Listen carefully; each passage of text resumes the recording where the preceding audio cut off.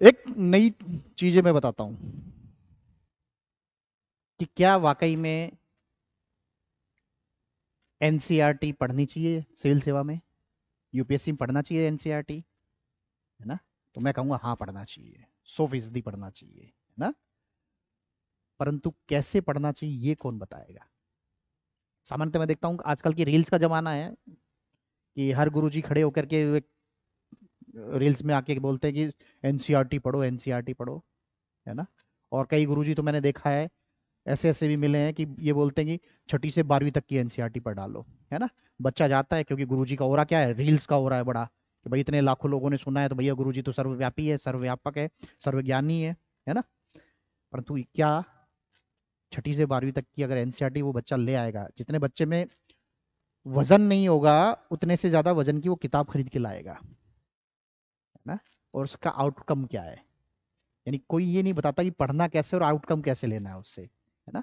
मैं पता क्या बोलता हूँ, अगर उस बच्चे ने जो इकोनॉमिक्स की एनसीईआरटी समष्टि व्यष्टि यानी माइक्रो मैक्रो इंग्लिश में बोलते हैं, अगर ये पूरी पढ़ ली तो नफरत हो जाएगी इकोनॉमिक्स से उसको, क्योंकि इंटरेस्ट नहीं आएगा अगर नॉन बैकग्राउंड का होगा तो, है ना? क्यों? क्योंकि क्योंकि आपने तो बता दिया 11वीं और 12वीं तक की सारी किताबें लेनी है, तो वो क्या करेगा, पूरा पढ़ेगा। और पूरा पढ़ेगा उसमें वो उलझ जाएगा। तो सबसे बड़ा तनाव ये कि कैसे पढ़े। तो उसका एकमात्र तरीका है, ये भी नहीं करना है कभी भी जीवन में एनसीईआरटी को लेकर के कि 6 महीना साल भर तुम एनसीईआरटी में लगे हुए हो, तैयारी चालू की और एनसीईआरटी पढ़ रहे हैं। क्या आउटकम है भैया उसका? क्या पता क्या पढ़ना है क्या नहीं पढ़ना है? तो एनसीईआरटी पढ़ने का तरीका एकमात्र ये है कि जब आप संस्थान में कहीं पे क्लास कर रहे हो और आपकी मान लीजिए क्लास में, जैसे इतिहास मान लीजिए आपको आपकी क्लास में गुरुजी पढ़ा रहे हैं और उन्होंने पढ़ाया 1857 की क्रांति, तो आपका काम क्या होना चाहिए कि घर पे जाएं क्लास करने के बाद में, एनसीईआरटी खोलें, 1857 की क्रांति का चैप्टर पढ़ें और उसमें से देखिए कि जो क्लास में वो कुछ नया कॉन्सेप्ट मिला क्या, उसको अंडरलाइन करें और अपनी नोटबुक में राइट डाउन कर ले। उसमें देखिए नया तथ्य कोई मिला, यानी एक तो कॉन्सेप्ट और तथ्य, इन दोनों को एनालाइज करते हुए अपने नोटबुक में, और धीरे धीरे किताबों का बंडल साइड में करने की आदत डालिए। ये नहीं कि डेली डेली हमको 3 साल की तैयारी में चल 40 बार एनसीईआरटी, नहीं। आप उसके बाद में अपनी नोटबुक पे आइए, ठीक है ना? और दोबारा जब रिवीजन करने के मन की करे आपका एनसीईआरटी का, तब आपको क्या करना चाहिए कि ये थिंकिंग प्रोसेस जनरेट कर, क्योंकि आपने उसके फैक्ट तो निकाल लिए पहले, अब थिंकिंग प्रोसेस देखिए कि अगर जैसे कि छठी शताब्दी ईसा पूर्व वाला जो चैप्टर है, तो उसमें उसमें लिखता है कि लोहे की खोज ने, जो पुरानी एनसीईआरटी अगर आप इतिहास की पढ़ेंगे तो वो लिखता है कि लोहे की खोज ने नए सभ्यताओं को जन्म दिया। अभी कैसे, इस पे थिंकिंग प्रोसेस करिए, है ना? गुरुजी से पूछिए।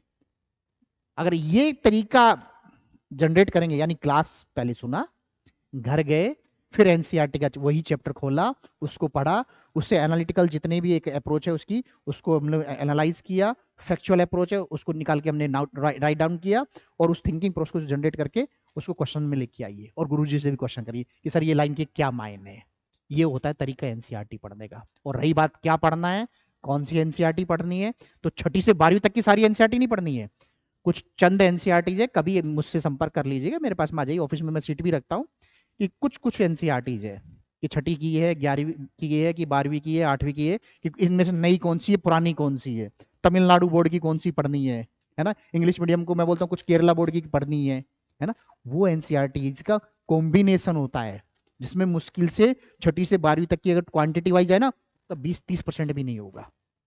यानी सिलेबस पर, जो हमारे सिलेबस के अकॉर्डिंग जो एनसीईआरटीज है उसको पढ़ना है, और उसमें कुछ नहीं है, कुछ पुरानी है, वो भी जिस नेचर के क्वेश्चन आते हैं उस नेचर में की वो पूर्ति कर रहा है कि नहीं कर रहा है, उस एनसीईआरटी को पढ़ना है ना? तो ये ध्यान रहे कि एनसीईआरटी कैसे पढ़े, ये सबसे बड़ा प्रश्न है। और बच्चों को मैंने 6-6 महीने साल साल भर एनसीईआरटी पढ़ते हुए देखा है, और आउटकम कुछ नहीं। तो ये ध्यान रखें, समय जाया ना करें, है ना? क्योंकि सिविल सेवा समय मांगती है, और समय जो जाया करता है तो मान के चलना कि वो सिर्फ और सिर्फ पिछड़ रहा है और कुछ नहीं कर रहा है। ठीक है?